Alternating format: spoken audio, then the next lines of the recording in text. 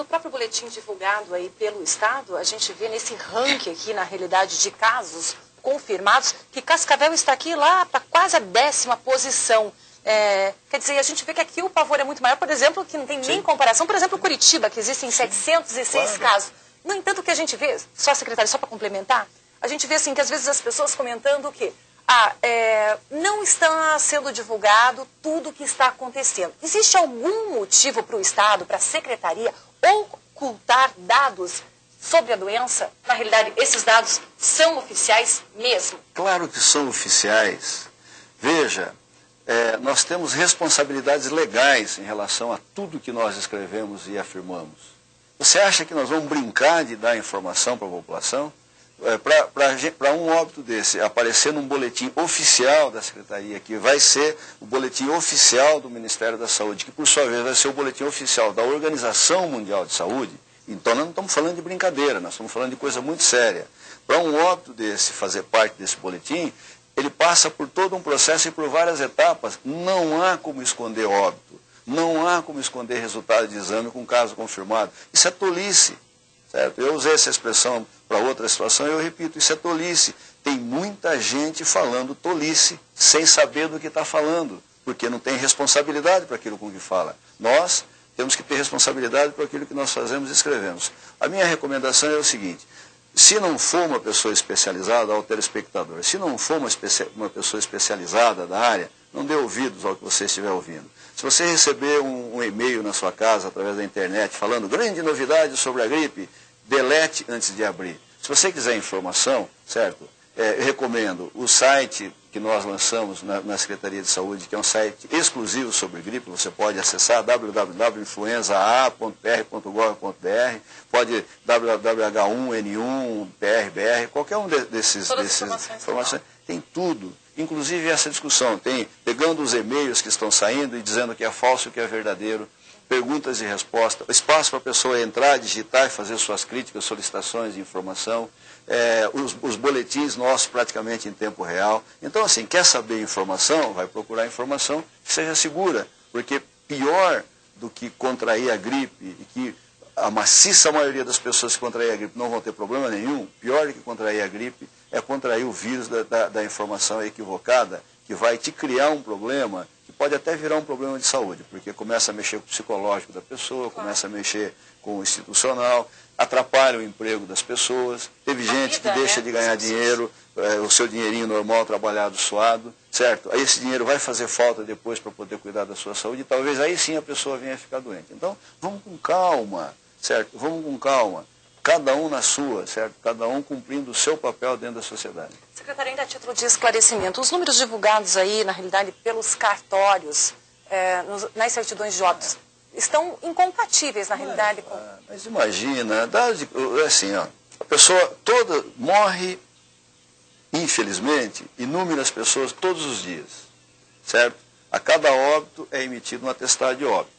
Esse atestado de óbito, ele tem ou um diagnóstico confirmado, seja qual for o óbito, ou às vezes um diagnóstico suposto pelo atendimento que foi feito, tá?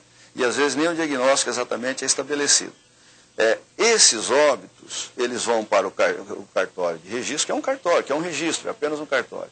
Depois esses atestados são processados pelo Serviço de Saúde, para você ter, em relação ao dado de cartório, ao dado de atestado de óbito, ter quais são os dados. Então, veja,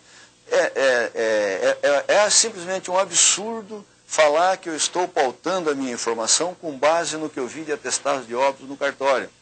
Eu ouvi dois tipos de informação. Atestado de óbito que está escrito lá pneumonia. Bom, a pneumonia você tem pneumonia bacteriana, viral, você tem vários tipos de pneumonia. Então está mascarando a pneumonia, a H1N1. Claro que não, certo? Claro que não. Você só pode falar que a pessoa morreu de H1N1, certo? Objetivamente, se você tiver a confirmação laboratorial, certo?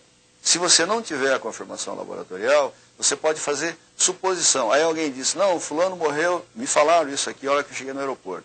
Fulano morreu de enfisema pulmonar. Pô, mas enfisema pulmonar é uma doença crônica, em que vai havendo uma perda do epitélio pulmonar gradativa ou por cigarro, ou por alguma infecção pulmonar que a pessoa teve, ou por agressão da poluição, ou outras situações, em que a pessoa desenvolve enfisema pulmonar. Enfisema pulmonar, dizer que a pessoa morreu de enfisema pulmonar, morreu da gripe H1N1, certo? Repito de novo, infelizmente é outra tolice. Sair repetindo isso é sair repetindo tolice. Por quê? Qualquer médico vai saber que uma coisa é uma coisa, outra coisa é outra coisa. E a gente pode correr o risco de falar besteira sem saber que está falando besteira. O prefeito de Cascavel, Edgar Bueno, anunciou juntamente ali com o senhor agora o fim desse vazio sanitário a partir de segunda-feira. Então, o senhor considera que essa medida é correta e para esclarecer a população, todos podem voltar para a escola, voltar à vida normal, que não existe esse motivo para pânico? Claro, em primeiro lugar, me perdoe, mas eu tenho que dizer, não houve vazio sanitário, certo? Como que você tem vazio sanitário que algumas atividades paralisam e outras não? Por que não paralisou o banco? Certo? Por que não paralisou outras atividades? Em primeiro lugar.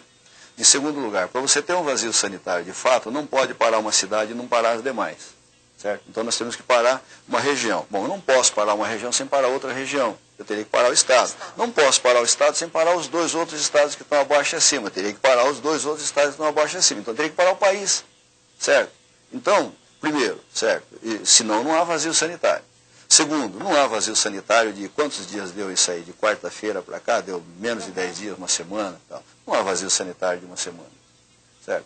Então veja, por isso que isso não é interromper o ciclo. Claro que não, daí que está a minha reação. E a minha reação, repito mais uma vez, óbvio que não foi contra as pessoas da cidade, óbvio que não foi contra a cidade.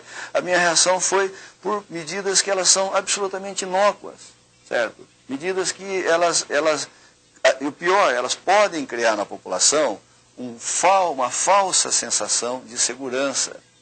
Olha, se tivesse, ao invés de feito isso, se tivesse feito uma grande campanha para que todo mundo que estivesse gripado não saísse de casa e ficasse em casa, e se tivesse contido em casa 10 pessoas gripadas, teria feito um resultado muito maior do que tudo isso que foi feito na cidade. Uma questão de conscientização e, na verdade, claro, de determinação. Agora nós temos que orientar a população e não desorientar a população. Então agora vamos à boa notícia. Na realidade, o Laboratório Álvaro aqui em Cascavel, esse credenciamento vai facilitar e melhorar as coisas, secretário? Claro, nós vamos ter mais um aliado para poder nos ajudar na realização dos exames. Eles têm uma cota de exames que vai ser ofertado para o município, para ser realizado através das demandas feitas pelo município, e eles vão poder atender as pessoas que queiram fazer esses exames para o convênio particular, etc., como uma forma de você ajudar a fluir. É uma bela notícia e que demonstra o avanço tecnológico da cidade de Cascavel, demonstra a competência da população e dos profissionais dessa cidade, demonstra o quanto que essa cidade é importante para o Paraná. Mais alguma coisa que o senhor queira esclarecer e aproveitar a oportunidade para orientar a população que está em casa e ainda está aflita com a situação do H1N1? Em primeiro lugar, fique tranquilo, certo? É um problema que ele tem predominantemente uma evolução benigna e que ele não é muito diferente de outras doenças. Fique absolutamente tranquilo. Em segundo lugar, se você tiver gripe, não saia de casa, fique em casa. Se a tua gripe tiver uma manifestação de febre alta que não cede, procure o seu médico vai te avaliar, consultar, se ele achar que você precisa do remédio, do medicamento, ele vai fazer uma prescrição em 2 vias do remédio, mais uma ficha de notificação da doença e mais uma ficha de dispensação do remédio. Preenchido esses 3 documentos e você sai do consultório ou do posto de saúde com esses 3 documentos na mão, vai ou na Secretaria Municipal ou na Regional, que o medicamento será entregue adequadamente para você. Não existe falta no medicamento? Claro que não. Nós distribuímos o tratamento para mais de 28 mil pessoas adultas e mais de 2.200 crianças no Estado. E nem quase a metade disso ainda nem foi retirado ainda, porque não teve prescrição para isso. Então, não existe falta de remédio. Outra falácia, outra coisa que se procura gerar debate, discussão. Melhor discutir futebol. Certo? Dá muito mais debate e não atrapalha a vida de ninguém. Ok. Obrigada, secretário, por esses esclarecimentos e pela sua disponibilidade de vir até o estúdio da KTV. Eu que agradeço a oportunidade de poder conversar sobre esse assunto.